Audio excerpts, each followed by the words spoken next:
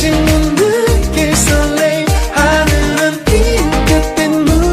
sum and product of roots, the given is not always a quadratic equation. What if the given are roots?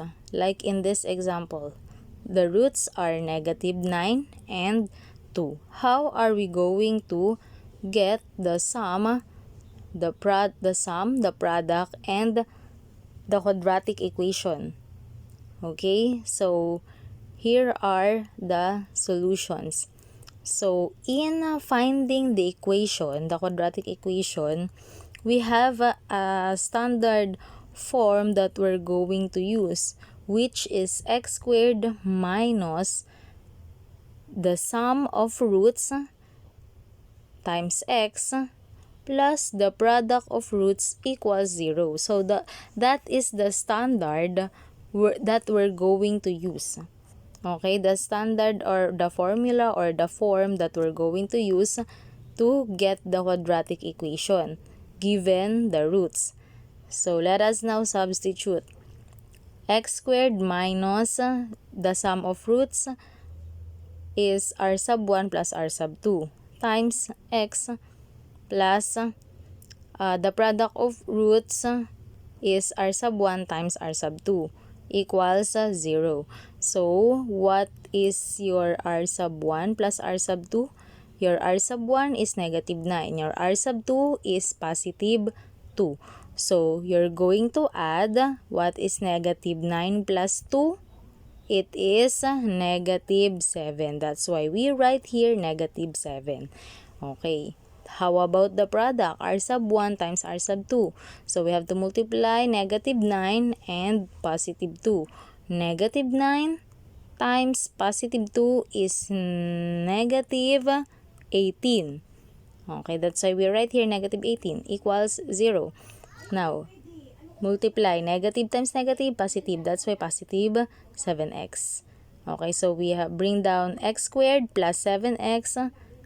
Okay, positive times negative, negative. That's why -18 equals 0. Therefore, the quadratic equation now in standard form is x squared plus 7x minus 18 equals 0. How about the sum and the product? Okay, so the sum is r sub 1 plus r sub 2 equals -b over a. So -b, what is your b here? Your a is 1, your b is 7, and then your c is -18.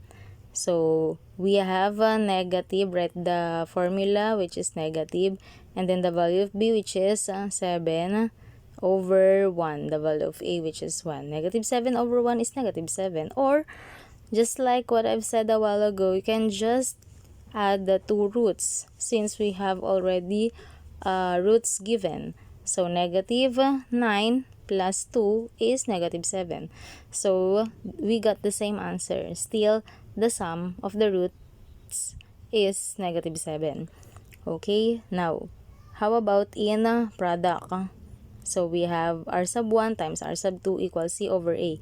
The value of c that you get in the quadratic equation is -18. So -18 over the value of a which is 1 over 1 is -18. Or you can just multiply the two roots. -9 times 2 is -18. So we got the same answer. Therefore, the quadratic equation we have is x squared plus 7x minus 18 equals 0. And then the sum is -7. The product is -18.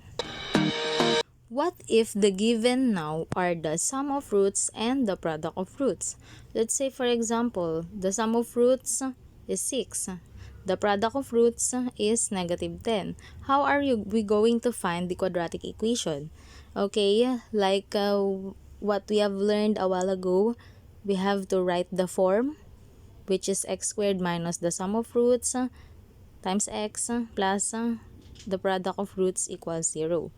Okay, so x squared minus the sum of roots is r sub 1 plus r sub 2 times x plus the product of roots, which is r sub 1 times r sub 2 equals 0.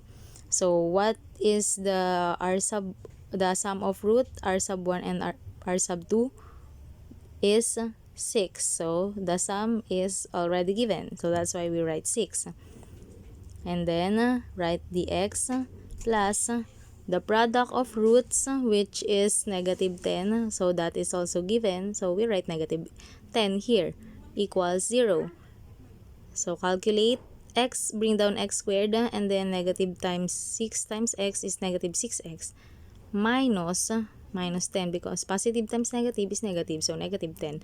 So x squared minus 6x minus 10 equals 0. So this is now the equation. Okay, now of course, since we have the equation now, we can get now the roots. Okay, so let's say I'm going to use quadratic formula. So I'm going to identify the values of a, b, and c, but you can also use by factoring. Okay, but I guess it is more safe to use by quadratic formula if you cannot get the factors in by factoring. So if you're not going to, or if you cannot get the factors in by factoring, use quadratic formula. Like in here, I don't have factors for negative 10. That will give me negative 6 if I'm going to add. That's why I use by quadratic formula. Okay, so after writing the values of a, b, and c, substitute it with the quadratic formula. So after substitution, we have now 6 positive negative. The squared of negative 6 is 36. So negative 10 times 1 times negative 4 is positive 40.